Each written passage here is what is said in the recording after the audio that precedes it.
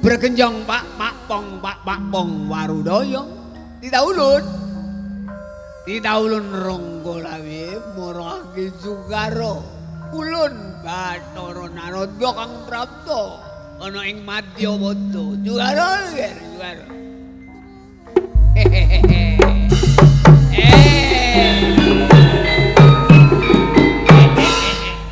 Ditaulun sang pupulun kanaka gawe gegeri kayangan Salendra Bawon Widodari padha pating cerit mergo pengamu ing Kawajandra dibuka bodhok-bodhok kula enggal matura apa sing kasuna ning ngersaning Bathara tuh sang pupulun kanaka putra simat pupulke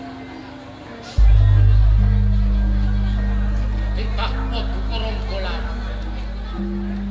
nampi dawuh timbalan dalem sang Cwita Ratu Kencana iya winasran jagi katentremaning praja iya titah podo korongkola winiji minangka dados senopati praja pramila ulun titah podo nyuwun dawuh kados pundi mulih kula saged nentremaken negari Majapahit wis dadi jangkaning kodrat kang bisa nentremake negara Majapahit ora liya untung jeneng kita ditaulun Ronggolawe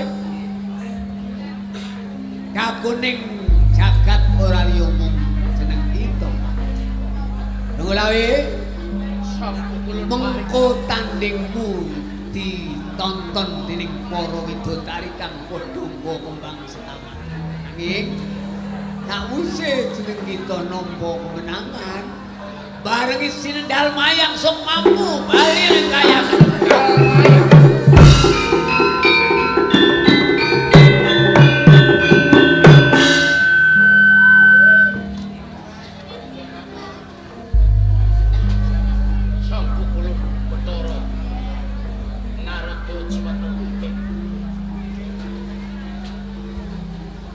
sampun dados sumpah sarta prasapa.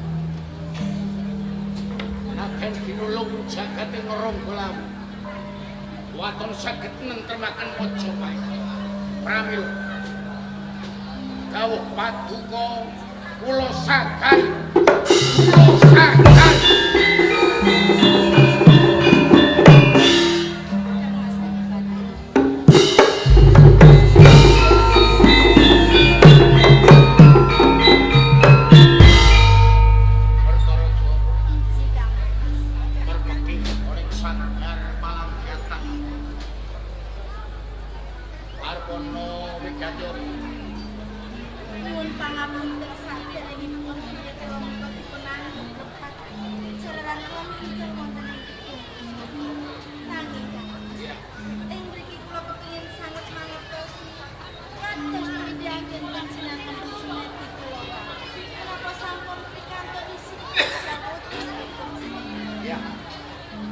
Mentaswaipun Kakang Jubar Gono Sementi Jalaran nalika pun Kakang munggah ing Sanggar Palanggatan minta marang Sing Jawata ana wisik kang dumeling wewentean ing kalenipun Kakang Bukulun Bathara Narada paring dawuh lamun pun Kakang madheg suraning griya jumeneng Senopati ana ing negara Majapahit pun Kakang bakal entuk kamenangan. Terus panjenengan badhe tindak wonten tengahipun parang kono. Iya. Ana nek Saderengipun panjenengan tindak wonten sak tengahipun arang kepareng kula matur dumateng panjenengan. arep atur Kala kawula titi mawon. Kula nyuwun isine pasumpenan kula kaliyan panjenengan putra-putra panjenengan kalih sami lumpat wonten sak tengahipun samudra. anjur Nanging boten maneka sesakan warna. Boten numpak kang agung sanget. Lajeng numpak kala nyambung kaliyan baita ingkang kula titi kaliyan panjenengan. Baita kala wau kula lan putra panjenengan saged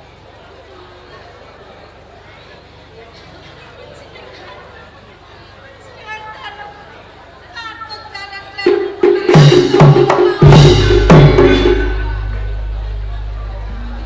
sakjroning pangmen pun Kakang kermeng samudra katut dening obat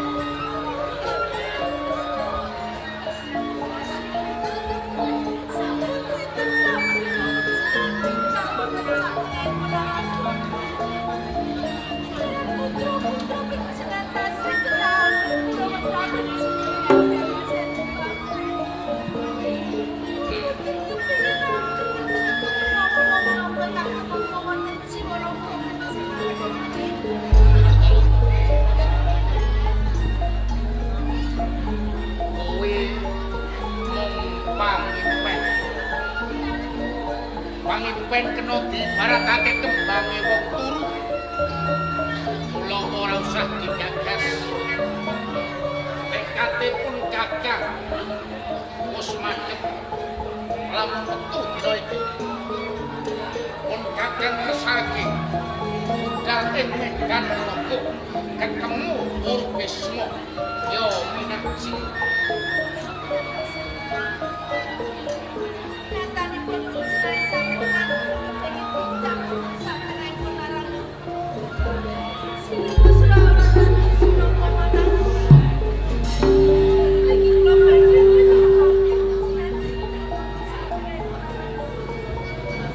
rumangsan yen sliramu garwane prajurit garwane Senopati kang duweni tanggung jawab tentreming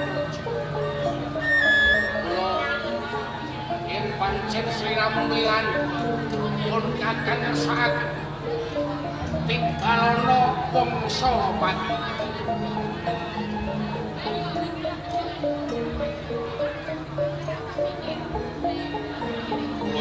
Tuan.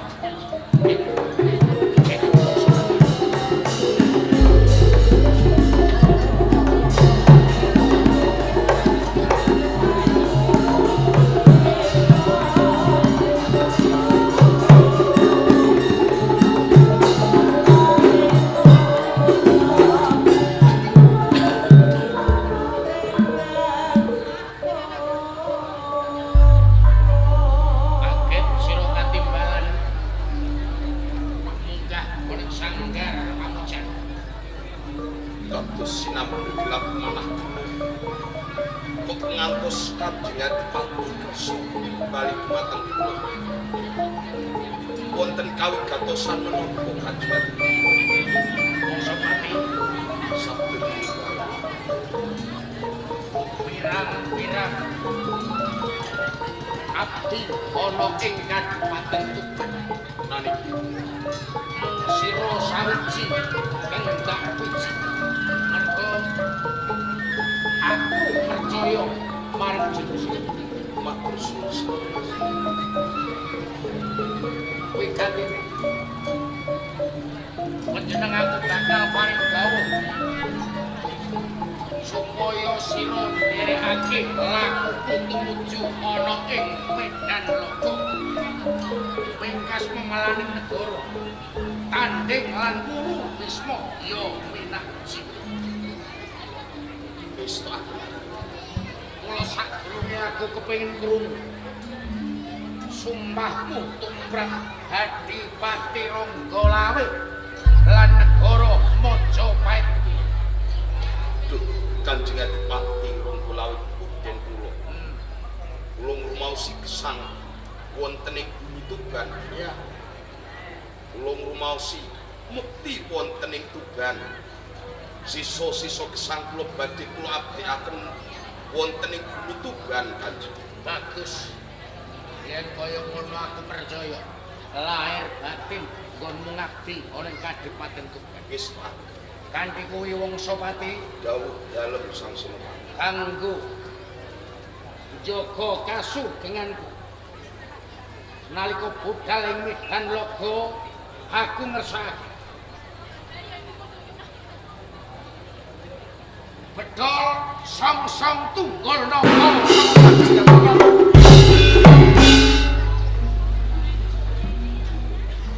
Menapa sampun dipun petang kanthi tirtaning kawicaksanan Kanjeng Adipati. Dene apa ora? Monggo kula aturi nyabaraken menapa kang dados pangandika panjenengan Kanjeng. Wangsapati, Dalam Sang Senopati. aku salah sawijining pangarsaning Kadipaten Tuban. Aku Senopati kapilih ana ing negara Majapahit. Aku ora bakal muncati weca lenjan-janji. Iki dina aku ngersakake. Kerek aku. Bedol song-song tunggul. Boten ateges abdi dalem menika mancai dawuh panandika panjenengan menika boten. Nanging katuran pirsa Nanging sak tindak panjenengan ing mangkenipun kangge jangkungi langkah panjenengan. Menawi tomawi song-song tunggul naga kabedol saking warangkanipun ing kamangka nalika kang ngrumus tasih sugeng dereng muruk kasedan jati nate titip weling dumateng kula kalamun to song-song tunggul naga kabedol saking warangkanipun Kanjeng tertamtu Tuban badhe berubah Kanjeng Tuban badhe berubah pun ngatus kalajengan Kanjeng Wangsapati sabtu tinimbalan sumpahing prajurit latihan ajur kasaweging utuh kabalan nyoba kautuhan waton negara bisa tenang. Aku orang gagas pangan iki dina aku bakal mbuktekake buktiku tumrap negara Majapahit. Menawi kersa Kanjeng Adipati Ragalawi kesukan. Kula prajin badhe mesti dawuh menapa kenging dados pangandikanipun sembarang. Enggak. Betul song-song tunggul naga. Istri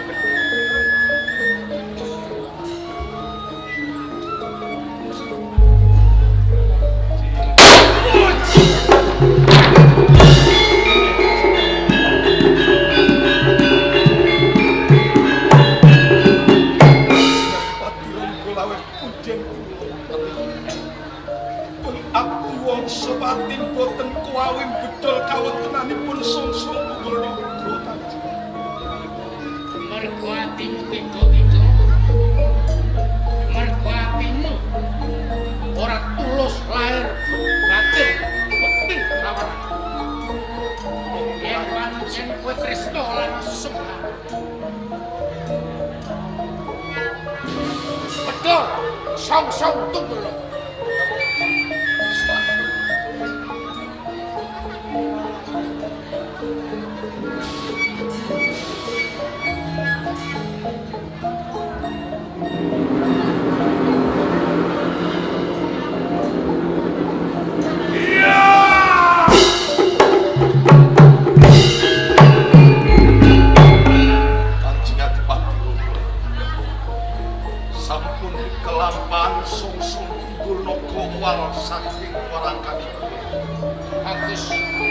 Lajeng bejang menapa tumapak wonten ing medan naga sang Senopati. Ora susah dagang disuwen.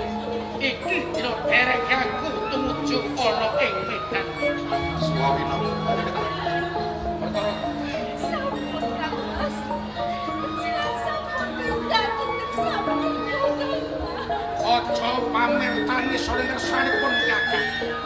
Lilake pun Kakang jumangkah ing medan. Mas pun dilaken jenengan. Wonten satengaipun alam kula. Pun Kakang nuwun pamit. Pun Kakang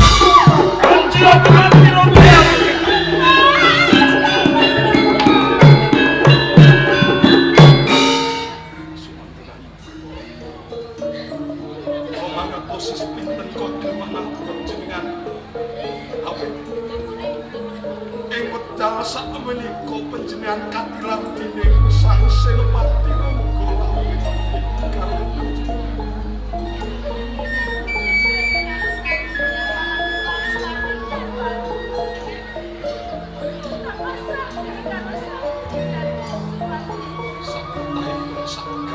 Gatot nalar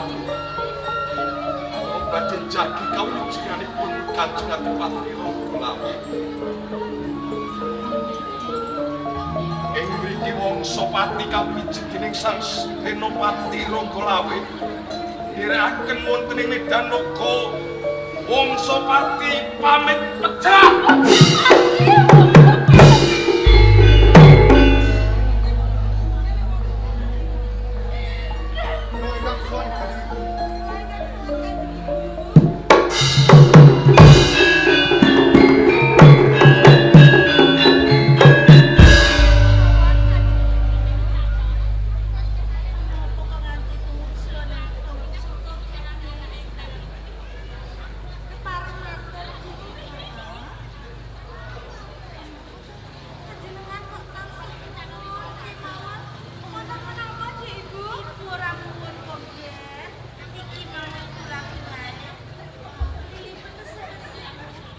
Ibu ampun goro.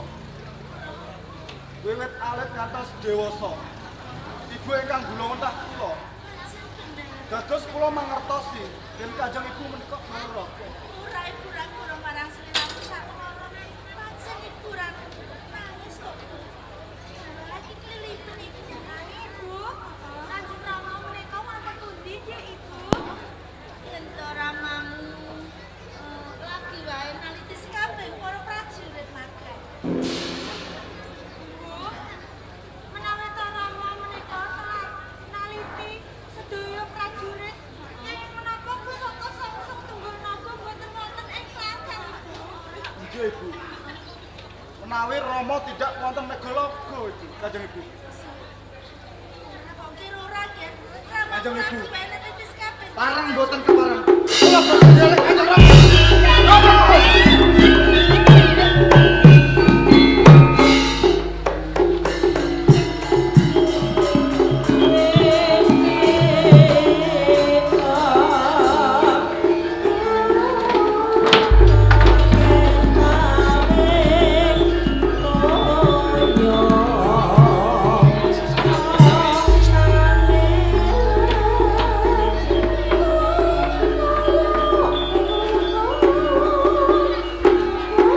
Ayo, ini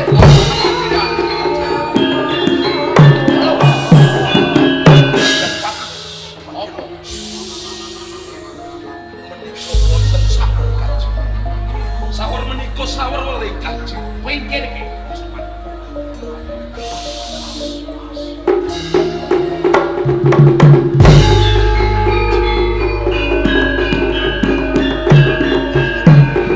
Ampun ngantos kalajengaken.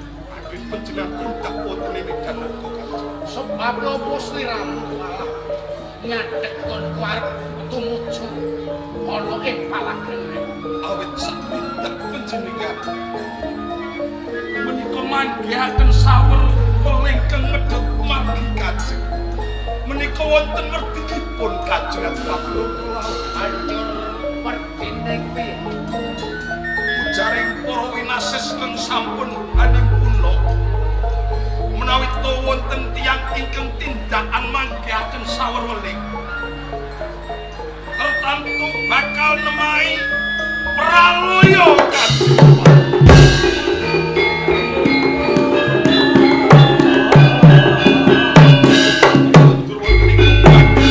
Ora. Aku ora bakal bali ana Kadipaten Tuban. Yen durung ketemu lan wuru besok.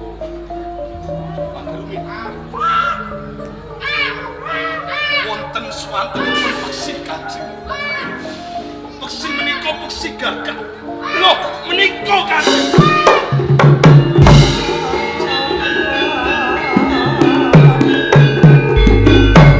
Menika peksi gagah Kanjeng.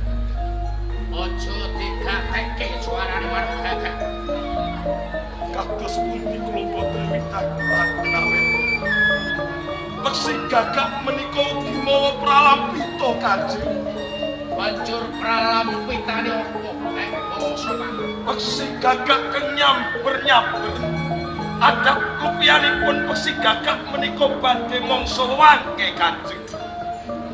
Menawi ngaten campuh perang dumadi lapangan Jalatuban.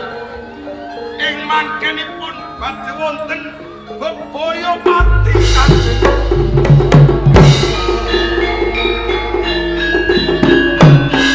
Katuran kondur kemawon Kanjeng. Bangsa Pati. Arep akeh pralampita ora usah digatekke jalaran. Sumpahing prajurit maju ing medan logo. Bali ora entuk gawe, kedung dadi gawe ing palagan. Derek aku, derek aku.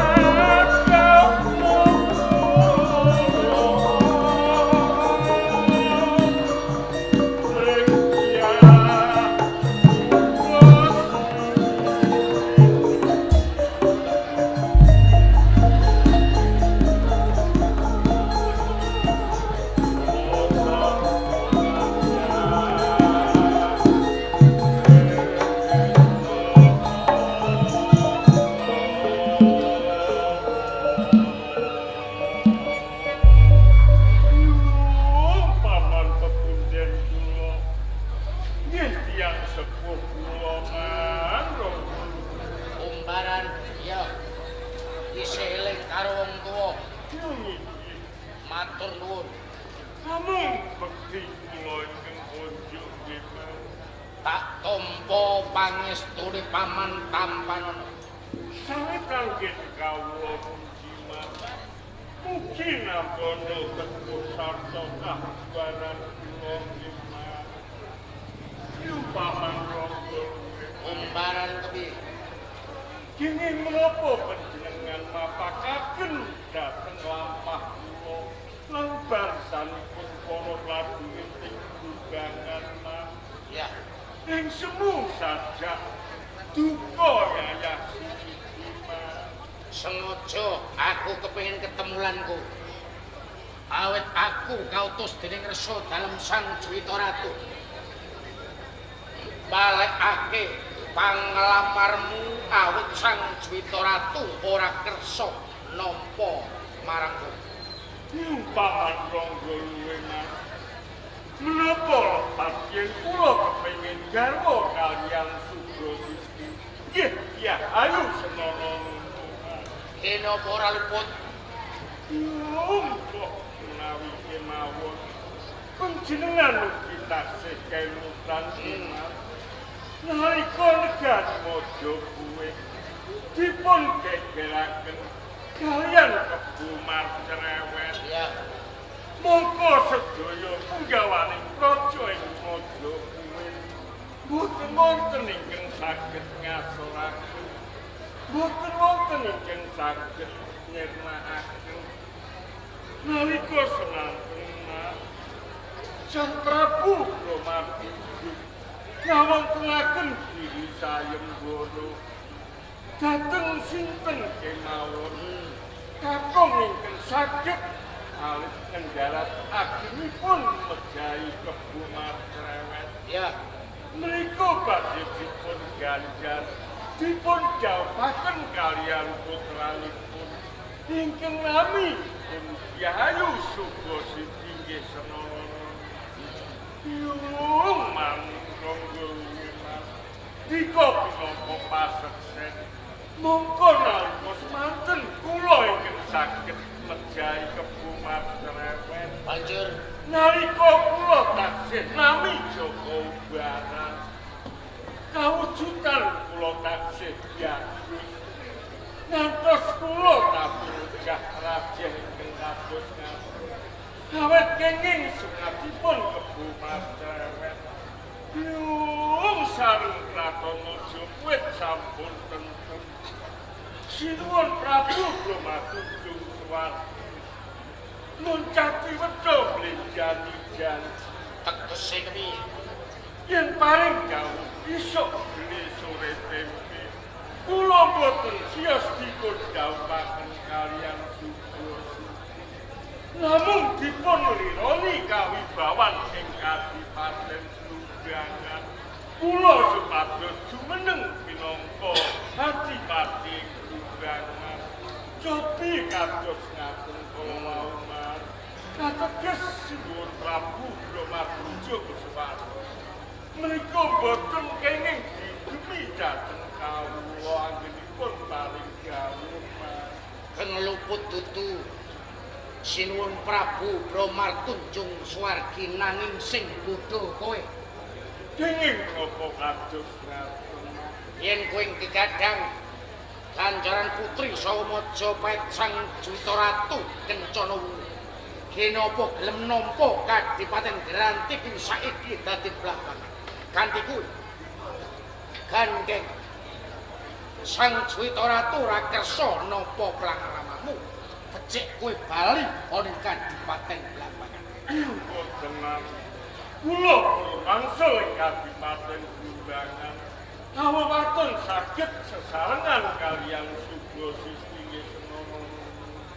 Mila saking menika sepisan malih kersa panjenengan jawaaken kula nggih mas. Tenane paman ngeman marangku. Aja nganti tok bacut keniatmu jalaran apa? Pamanmu dhewe kang dadi pepalang. Paman Ronggo luwe mas. Kepiye? Sampun dados sumpah utawi sesantri kula mas. Namun boten saged jauh kalian suku. Kula entengaken pejah kula Mas. Yen ora kelakon jauh pelan Subo Siti kedua mati. Mati.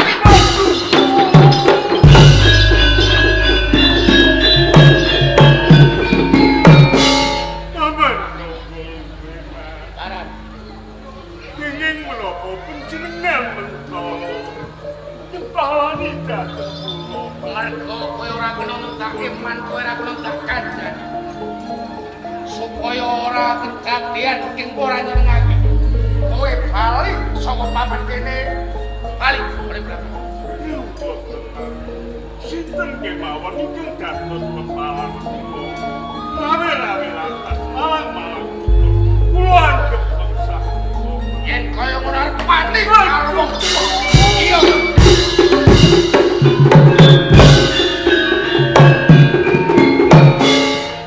Paman Ronggo luwe Mas. Mripatmu abang arep wani karo Boten kirang-kirang anggen kula ngajeni dhateng panjenengan. Dewa semanten panjenengan mentolo dak siya kalian. Kewan cacing kemawon yen kapidak rojelan. Banjur Napa malih kula lama ing jalma manungsa. Kula panjenengan raja panjenengan dak siya. Yen kados ngaten kula wani kalih sami.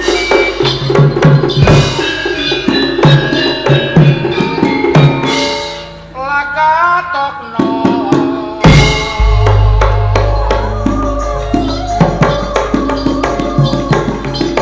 tumplaken jagamanira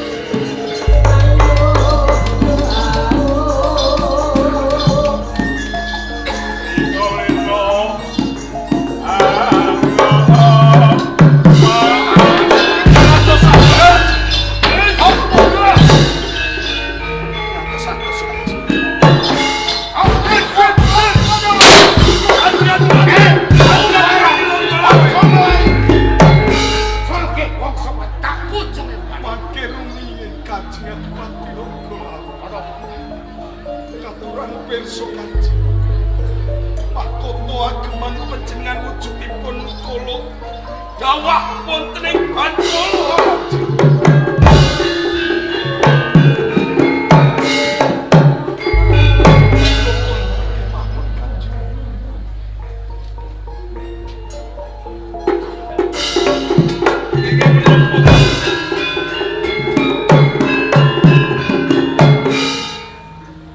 Kawujudan Pak.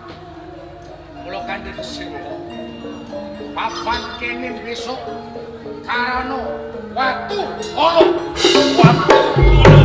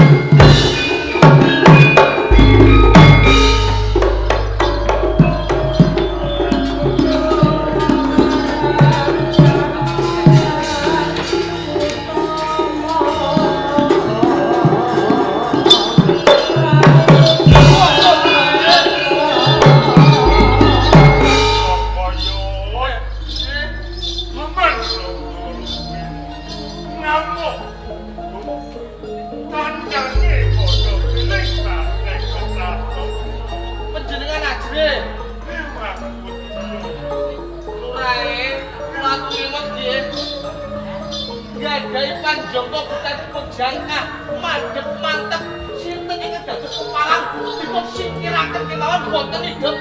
Ngono lho. Iya. Kita pun jangka ora bakal bisa nanggung. Leres.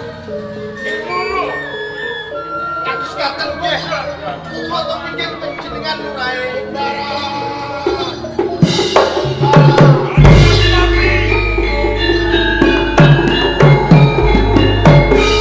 bocah cilik durung kekel kulitmu moncati saka barang aku. Ketemu sabuti.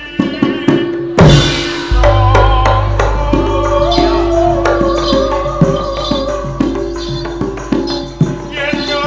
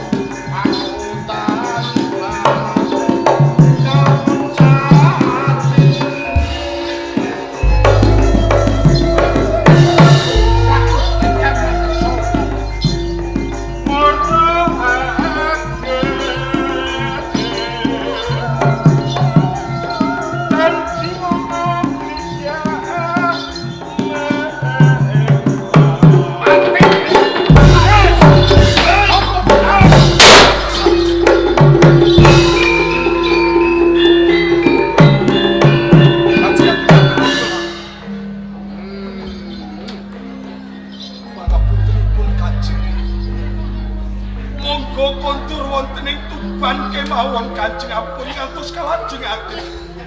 Awet menapa Kanjeng? Ageman panjenengan setunggal boko setunggal dumawah. ana apa? Katuran perso Kanjeng.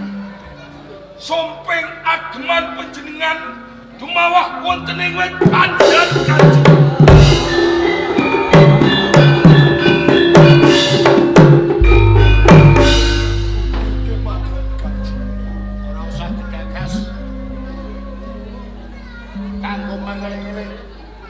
Isok karana pandan simpeng. Pandan simpeng.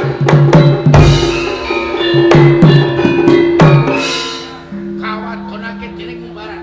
Dereke Mumbaran. Maindel Mumbaran. Geraken pandan.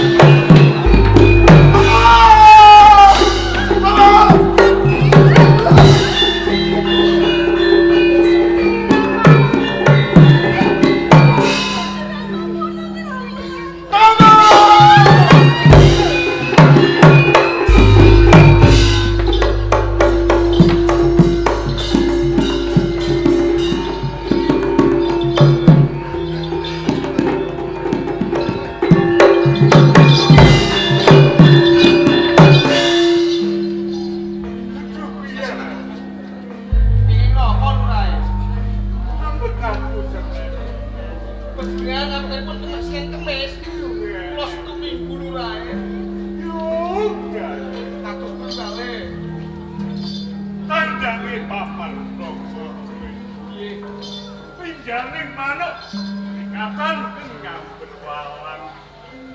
Kaya-kaya aku kuwalan tengah berwawan.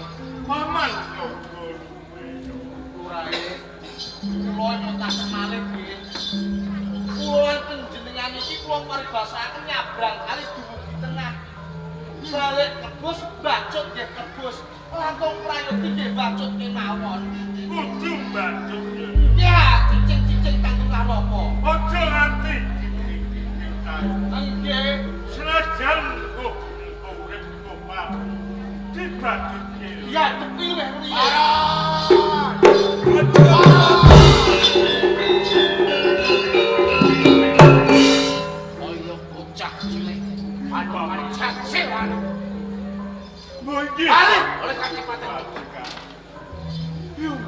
paman. Kula purun wangsul menawi sesarengan kalian Sugeng kaya ngono pasti.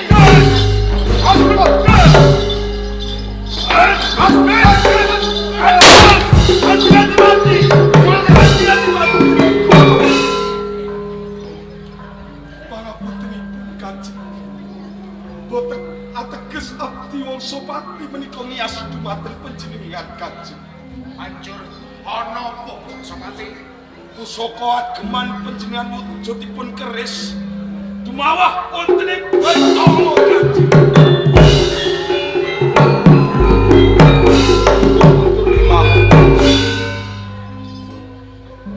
Ampun ngantos kalajengaken Kanjeng. Kula tresna papan dumateng panjenengan. Ingin menapa Kanjeng? Rangka malih wujud dadi watu. Kula kandhika Maniki supaya papan kene kanggo nyekseni lakon iki. Besok karana watu rong watu kunci.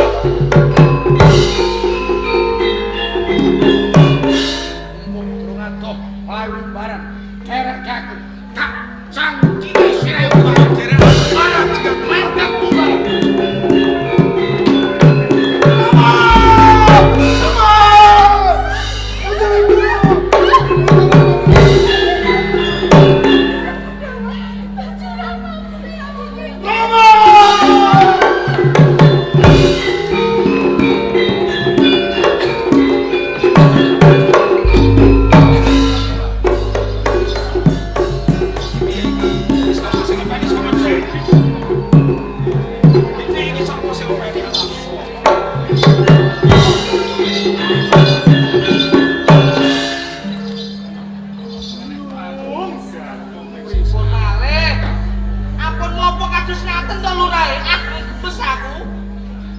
Kaya aku ora ngomong paman. Ampun ketika kados ngaten monggo kula aturi emot.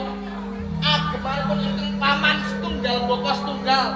Wal saking raganipun kamangka kalebet pusaka wonten ing Kadipaten Tuban. Kula ibarataken ingkang paman Ranggalawe kados macan tuwa ingkang ompong. Boten saged purut malih Bupati. Kaya ngono. Ya, Nanging kowe kudu ngerti. Paman Ranggalawe nggone magut yudha ngadepi kelawan Astina. nggih. Iki diayomi dening pituwah ing Kadipaten Tuban. Kengaran Somsong Tunggul Kaprayu. Panjenengan ajre. Mula kepala kok menawa angel dikalahan. Panjenengan ampun kalipian, panjenengan gadah tilarane.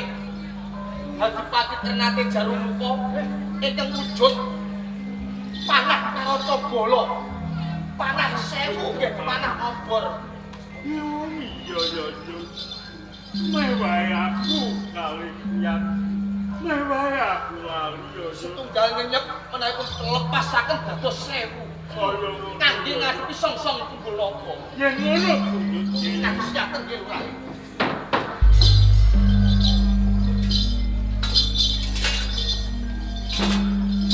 Monggo menika Lurah. iki panah Naracabala yo jenenge. Nyenyep siji yen tak lepaske saka Gandewa. Iki bisa Dadi 1000 lurae. mula tak lepasani deparing Somsong Tunggul Naga. Kados nyaten.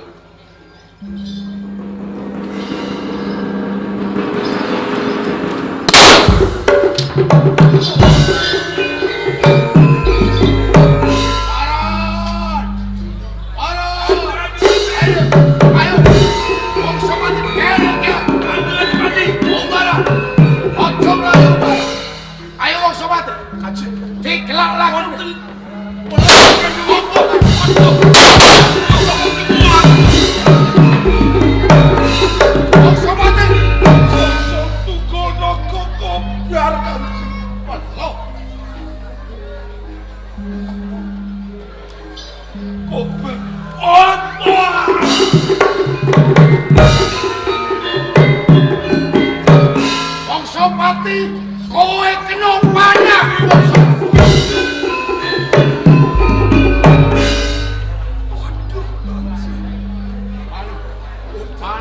Kadipaten Tuban tak pucunge. Oh prajurit Kanjeng. Aku Senopati. Oh prajurit Kanjeng. Wongsopati kula.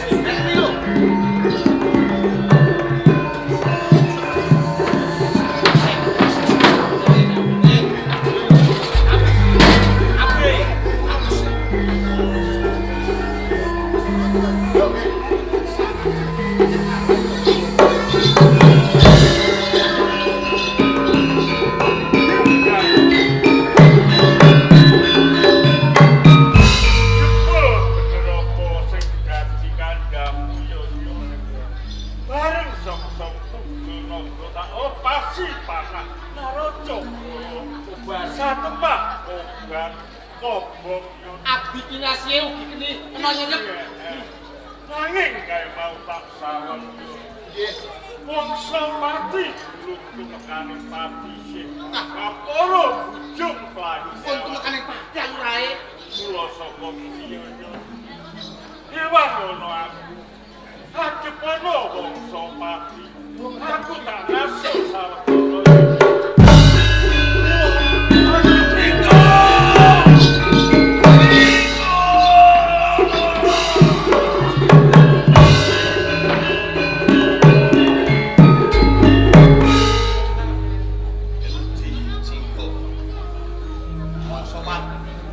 Ora usah kowe goleki bendaraku Kanjeng Adipati Minajeng.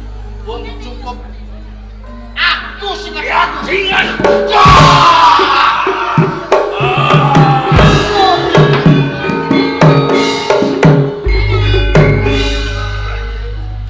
Wongsopati.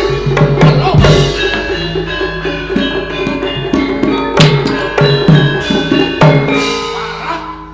Parah.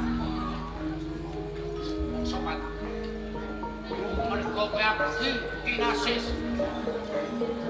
Patimu tak waleske Wongsopati.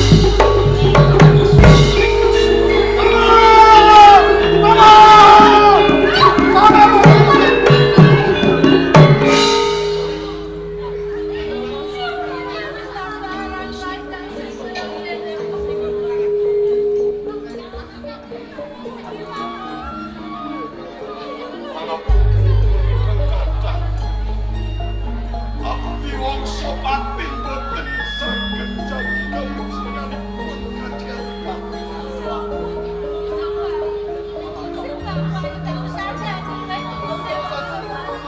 Kula sampun tatuhi kekraton. Nanging Gusti Putri saderengipun kula nilaraken jagat ing pepadang. Kula titip eling dumateng panjenengan Gusti Putri. Sakjawinipun benteng Kadipaten Tuban menika wonten rompok alit ingkang dipun papani dening anak kula malah kapok. Nembe kemawon anak kula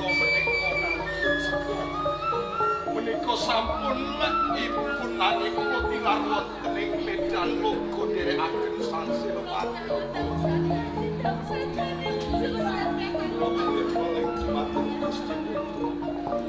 Menawi anak kula ing wis ing lairaken punang jambak bayi jejan, monggo anggen panjenengan paring jibatas. Nanging Gusti Putri, menawi anak kula lairaken punang jambak bayi jejan pawestri, paring ana jimat asma Sri Wuning.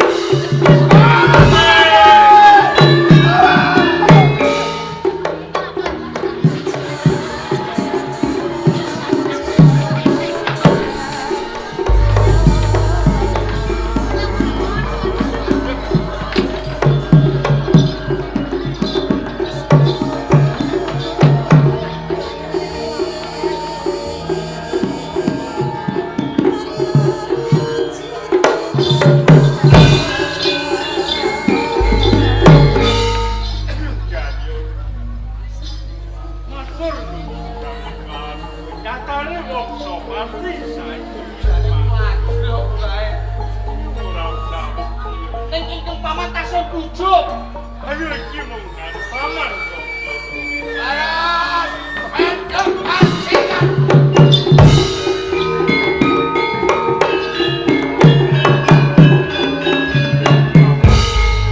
Ono ora usah nyembah karo wong Yen panjenengan bini kula iman-iman. Kan diko semanten kemawon. Anjen diko tanti kalian kula man. Cobi kula aturi ngemi. kepiye? Kathah saka kuwi napa mojo kuwi.